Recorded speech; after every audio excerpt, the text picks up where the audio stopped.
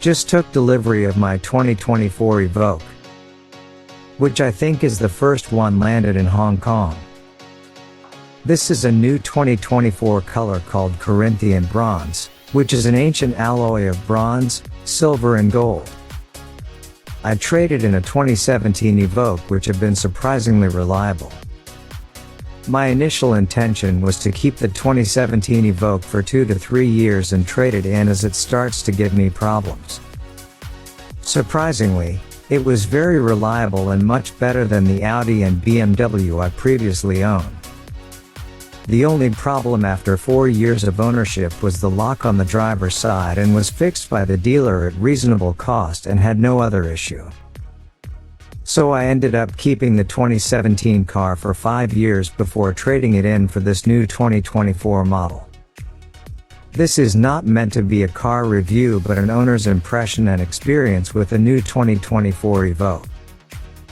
The dealer does not have a dedicated delivery area, so the experience was less impressive than other brands and delivery was done in the dealer's parking. The key features was explained to us in reasonable detail and the experience was smooth and deserves a 8 out of 10. In terms of the PDI or pre-delivery inspection, I will give it an 7 out of 10. There are some squeaking noise on the hood when going through bumps. Fair amount of dust were also found on the passenger side door panel, on the bottom of the cup holder, and center console. The piano black trims makes the dust and marks on the surface more apparent. Dust and some small debris were also found in the drainage duct under the hood. Tires look dull and apparently no tire shine have been applied. Minor muddy stains were found on the lower body of the car behind the rear wheels. Okay, now let's talk about the car and the changes from the 2023 model. On the exterior, you will be hard-pressed to see the change. The pattern on the grille is different from the 2023 model. And there are also very minor changes in the headlights. The main changes or updates is mainly in the interior, which I will go through later. Now let's take a look at under the hood. As expected, everything looks neat and hidden under the plastic engine cover. Access to the dipstick and oil filler cap is easy.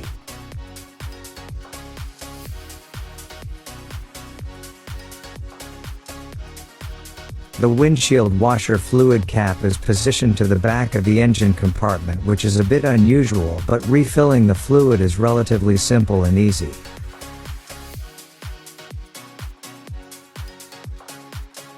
Coolant level is easy to read and refilling is also very convenient.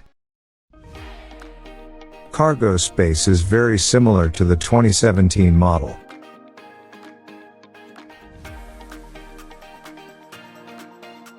With small hook on each side which can be used to secure small shopping bags.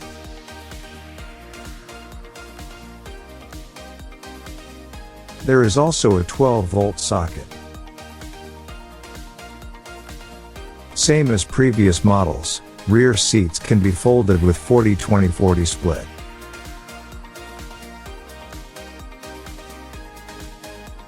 There is also a spare tire. There are valid arguments of not having a spare, but I am in the old school camp that it's nice to know you have a spare in case you need it.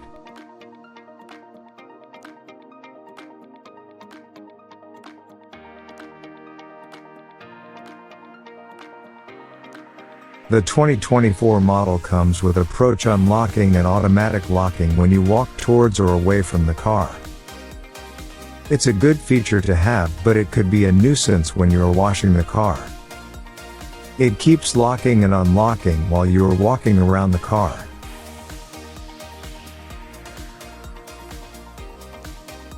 The power tailgate now can be open and also closed by the remote control, which is more convenient as the 2017 model can only open but not close the tailgate. On to the interior. The rear space is same as previous models. There are rear ventilation vents, 2 USB-C ports and a 12-volt socket. The interior feels premium with soft touch all around, but the leather feels thinner and less rugged than the 2017 model. The main changes for the 2024 model is the center console. The center console have been redesigned and all the buttons are gone. Everything is now controlled via the floating panel. With no physical buttons, everything looks cleaner, but the lack of physical dials for climate control makes it more difficult to adjust while driving. Fortunately, the voice command is reasonably good and I usually access the climate control using voice command. However, there appears to be no voice command for enabling and disabling the start-stop function and entering address for navigation. Under the floating panel, there is the wireless charger and one USB-C port. Under the armrest, there is a storage compartment, but the cover is split into two. Don't understand why the lid is split into two, as I found it difficult to open and access while driving. Inside, you can find another USB-C port.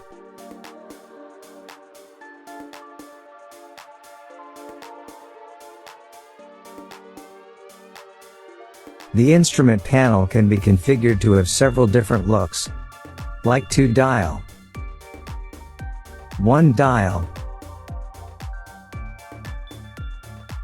digital with map display, digital with media info, and digital with driver assistance information.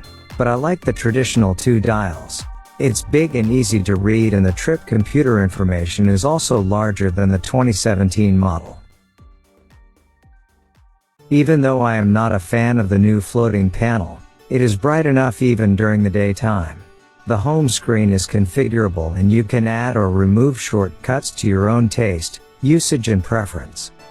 The touch screen is not the quickest but reasonably responsive. Range Rover claims that most of the function can be accessed by 2 clicks.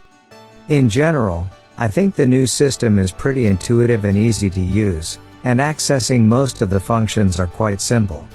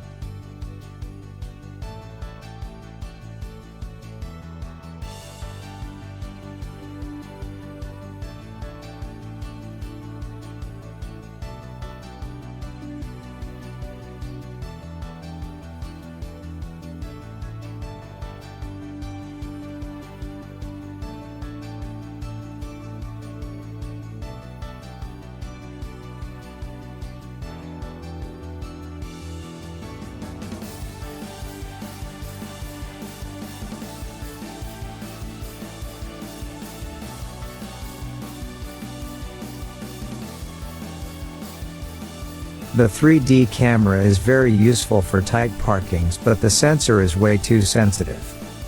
Warnings come on now and then even when driving on the road.